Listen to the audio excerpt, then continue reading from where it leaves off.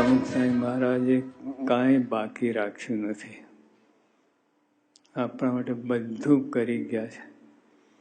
1000 સંતો, 1000 મંદિરો,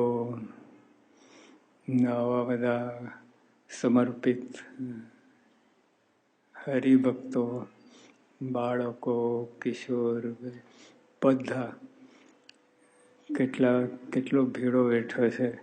કેટલા દિવસથી, મહિના પહેલાથી, એટલે આટલું બધું આ પ્રોગ્રામ રજૂ કરી શક્યા છે.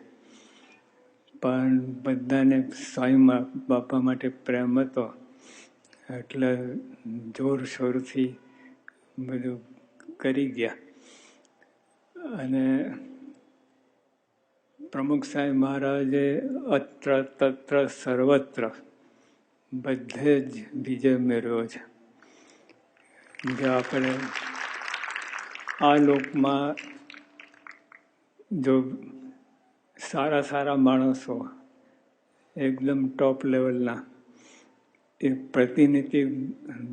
પ્રતિનિધિત્વ ધરાવે આખી દુનિયાના, તો એટલે આખું વિશ્વ આવી ગયું. કેમ કે સ્વામી બાપા બધા ગુણોને સમાજ કાર્ય માટે, આધ્યાત્મિક કાર્ય માટે એવા ગુણો બધા ધરાવ્યા છે. એટલે બધું સ્વામી કરીએ, કાંઈ બાકી રાખ્યું. સામાજિક ક્ષેત્રે પણ ઘણું બધું કર્યું. આધ્યાત્મિક ક્ષેત્ર તો એમનું પોતાનું જ ક્ષેત્ર હતું, એટલે કાંઈ બાકી રહે નહીં. એટલે આ બધા 1000 સંતો બનાવ્યા, એમની કેટલી પ્રેરણા આપી, કેટલું બધું આગળ વધાર્યા છે. અને એમને લીધે જ સંતો બધું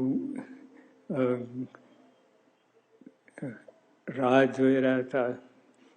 અને જે હમણાં બસ સંતો થવાના છે 60-70 બધા, એ બધા પણ બાપાને રાહ જોઈ રહ્યા હતા. એટલે આપણે બધું તૈયાર જ છે, કંઈ બાકી રાખી નથી. અને જો આ કોઈ પાત્ર જોઈએ જેના આખી દુનિયામાં કોઈ એવો પાત્ર હોય, સંત હોય, અભિનેતા, કોઈ એના માટે બધા ખપી જાય.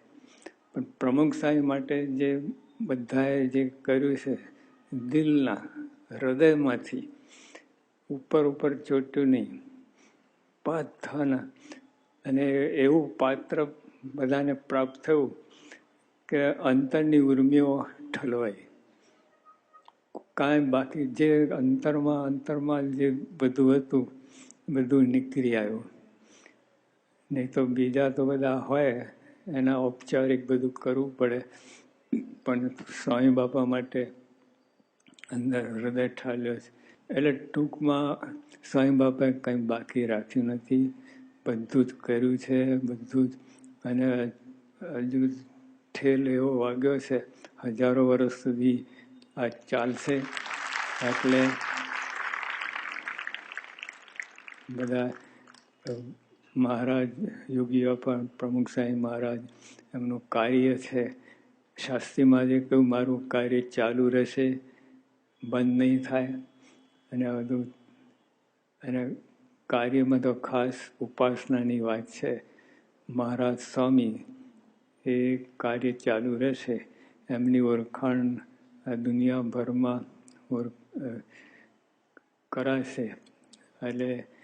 એટલે મહારાજ સ્વામી અને સત્પુરુષ એ કાર્ય ચાલુ રાખશે.